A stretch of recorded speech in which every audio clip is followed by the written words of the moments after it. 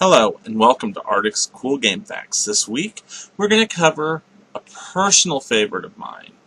One that strikes me in the childhood. Diablo. The Diablo franchise. Now, I started playing with Diablo 2, but that's because the first game, Diablo was created by Blizzard North, and it came out December 31st of 96. Part of why I started with 2, because, well, I was 6 when it came out. Yeah.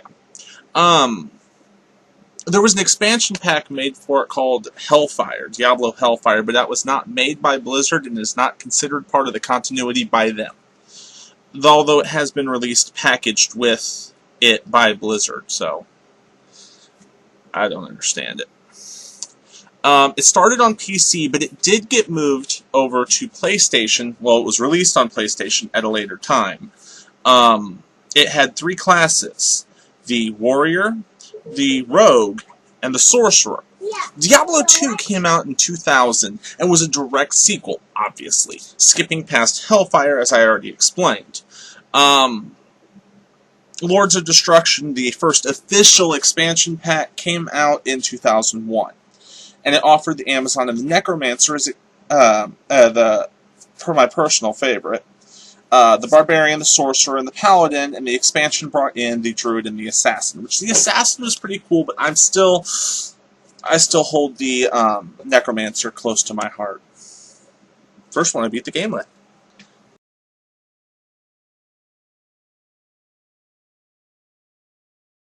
Diablo 3. Shrouded with much love and hate. Much love and hate. Came out May 15th of 2012. It set records by selling 3.5 million copies in the first 24 hours. Probably due to all those pre-orders. Yeah, big franchise. It sold 12 million copies in the first year. It only had 6 classes: the Barbarian, the Crusader, the Demon Hunter, the Monk, the Witch Doctor, and the Wizard. I like the Monk. Wish they'd bring me back my Necromancer. The Crusader came with the expansion Reaper of Souls, whatever. It was the first, well, the first Diablo was the first to debut on PlayStation, well, not debut, but appear on PlayStation. This one took it a little further, being the fact it was on PlayStation, Xbox, PC, and Mac. So, yeah. Still started on PC, but it hit them all. Brief synopsis. Basically, the story, careful for spoilers, I doubt there will really be much of one, I mean, really, but still, you gotta be careful. You gotta be careful. Some people get annoyed with that. So, basically, you're tasked with defeating Diablo. The first game, you go down the 16 levels of the dungeon. Oh, display? The second game, you go through the acts until you get to him. Third game, yeah.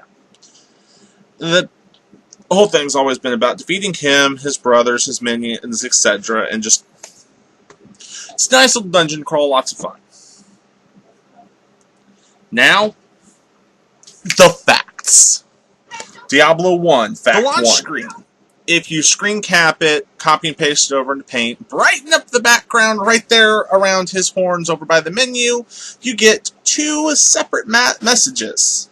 One is Natalie Portman rocks, which, given the fact she was like yeah, she wasn't very old. I think she was 15 or 16, something like that, when the game came out. So I guess that's why it's rocks, and still pretty cool. The other one, I guess they just had to put some cross-promotion in there that you had to find. Buy War 2. Yeah, they trying to sell their own game. Which, it's Blizzard, of course. I played all their games. Pretty much. Number 2 and 3. They were actually going to give the character a backstory. They just kind of, there towards the end, decided not to. And number 3, there was originally only one class. There wasn't going to be more than one class until later on in the game, which is why most of the cutscenes feature the warrior. And that's it. Because you were supposed to... That's why it had a backstory and everything. It was supposed to be the one character. It was supposed to be you. This one's kind of just a cool little fact. Even the first one is still available for online play as of today. And that's been 19 years since it came out, roughly. 19 years, and it's still available to play online. Diablo 2, Fact 5. Wirt. Wirt, the one-legged boy from the first game, who sold you cool things. Sold you, magical items and whatnot. You can find him when you go to, Tristram. Sorry, I had to remember. In Diablo 2, to rescue Cain. If you go and look around, you can find him. And if you click on him, loot him, you'll get a random amount of gold and you will receive Wirt's leg. That cannot be sold and is used for only one thing, and one thing only, being Fact 6. Wait, he did it for me! The secret cow level. Oh my gosh, the secret cow level. So infamous that in StarCraft, one of the cheats was there is no cow level, because of such the rumor of the cow level in the first game. Yeah, lots of people still think it's in the first game, and it's not. It's not. Many people have said it's not, and people still look for it to this day, 19 years later. And on April Fool's Day, '99, Blizzard released a screenshot of two cows fighting. Everybody thought it might have been an April Fool's joke. Might be real. Cow, secret cow level. I mean, it's just a big thing.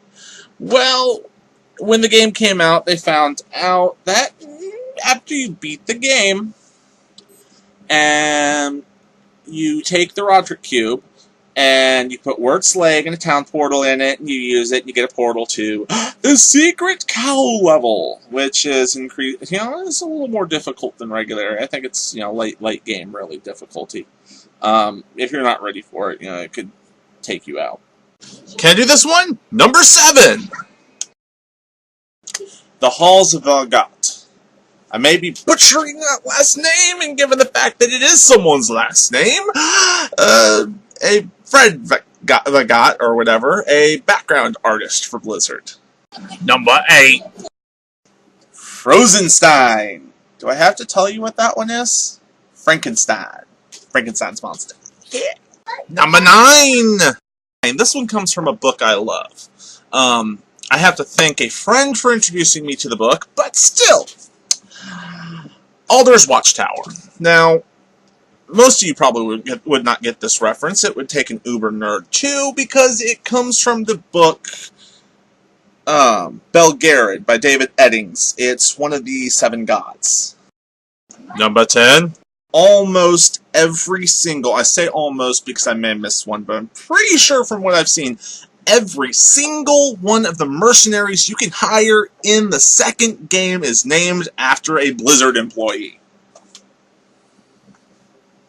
All of them. Makes me want to go work for them just so I can be immortalized in a video game. I would quit and they'd delete me. Diablo 3 and number 11. Alright, now if you thought the secret cow level was bad, get ready. This one, when I came across it, nearly had me fall over laughing. The Rainbow Unicorn level. Oh god, this one. It started as a complaint during early development that the levels were too bright, and got blown out of proportion into being rainbow unicorns and everything, everywhere. Yes, after, much joking and everything else, when it was released and people looked and they're like, oh my gosh, it does exist. It took some, data mining and stuff, but the recipe to get the staff of herding that is required to get there, yes, the staff of herding, go figure, because it's the rainbow unicorn level, home. It takes some time to farm, so not a lot of hardcore players would do it. So, well, no, only hardcore players really would. So they made it a little easier by randomly spawning rainbow goblins that could open the portal to the rainbow unicorn level.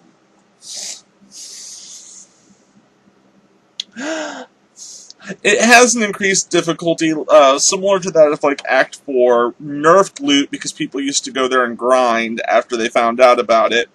And due to the brightness and everything, its cuteness is over 9,000. Number 12! There is a helmet in the game that looks like Deadmau5's helmet.